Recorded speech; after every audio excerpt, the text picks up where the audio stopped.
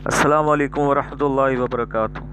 मेरे info TV official के साथियों, उम्मीद है आप खैरियत से होंगे। मैं हूं अली और आप देख रहे हैं इन्फो टीवी ऑफिशियल। दोस्तों, अगर आप हमारे चैनल पर नए हैं तो रिक्वेस्ट है, गुजारिश है कि हमारे चैनल को सब्सक्राइब कर दें और साथ में बेल आइकॉन को भी दबा दें ताकि हर आने वाली वीडियो आपको मिलती रहे।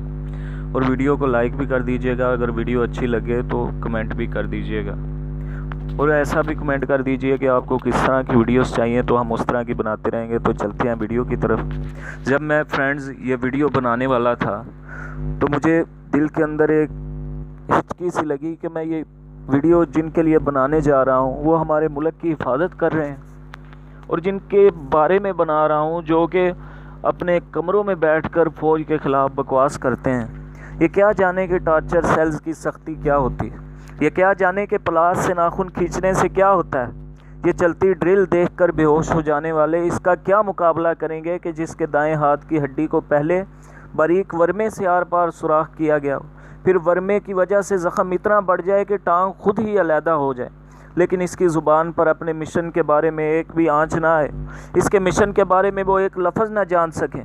जाओ जाके देखो दिल्ली की तहाड़ जेलों में, वो काबुल की पुलचरखी और गजनी तक पाकिस्तान के बेटों की सैकड़ों दास्तानें ऐसी हैं जो अगर मंजर आम पर आ जाएं तो मैं दावे से कहता हूं कि मैं इस कौम के अशकों को न रोक सकूं। इन जेलों की बैरकों की दीवारें इस बात की गवाह हैं कि वतन के बेटे जीत गए और दुश्मन हार गए। इस्तकामत के ये पहाड़ मामूली न थे, इस्तकामत में ये अब्दुल्ला बिन हुज़ाफ़ा के बेटे थे। झुके नहीं, बर्दाश्त में यासर और समिया के फर्जंद साबित हुए कि उफ तक न कहा। मैं अगर किसी फेसबुकिए की दो उंगलियों के अंदर दरमियान में पेंसिल फंसा कर उन्हें दबाना शुरू करूं तो मैं ये दावे से कह सकता हूं कि 30 सेकंड से पहले अपने लीडर को अपनी ज़ुबान से गालियां देने लग जाएंगे। ये जज्बों से महरूम है, जोशो होश से भी महरूम है। ये रात के अंधेरों में अपने ही कमरों में डर जाने वाले क्या जाने के खौफ क्या होता है। वो खौफ के जिसमें जंगली जानवर या भूत प्रेत नहीं होते, गोलियां, ग्रेनेड, RP-0 माइंस का ख़तरा मैटर नहीं करता, बल्कि ये होता है कि कहीं ज़ुबान न फिसल जाए, एक लफ्ज़ ना निकल जाए जो उसे मुजाहिद से गद्दार बना डाले।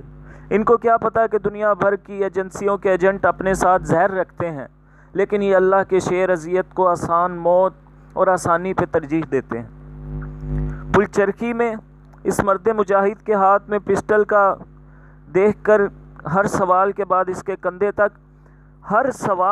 इसके कंधे तक 3 इंच के बाद सुराख किए गए, लेकिन वो डटा रहा आखिरी सांस तक। इनकी वजह से बड़े आराम से जब तुम पुरसकून कमरे में जब इन्हीं के खिलाफ बोलते हो तो वल्लाह दिल करता है कि तुम्हें चौकों में लटका दिया जाए।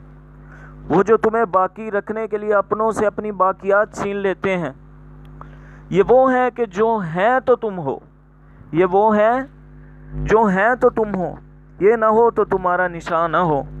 ये वो है जो तुम्हारी नज़रियाती और जुग्राफियाई सरहदों के मुहाफिज हैं, कभी ये किसी चर्सी के रूप में तो कभी ये किसी बिजनेसमैन के रूप में, कभी ये किसी शागिर्द के रूप में तो कभी किसी इदारे में आला ओहदे पर बैठा तुम्हारी हिफाजत पर मामूर होगा।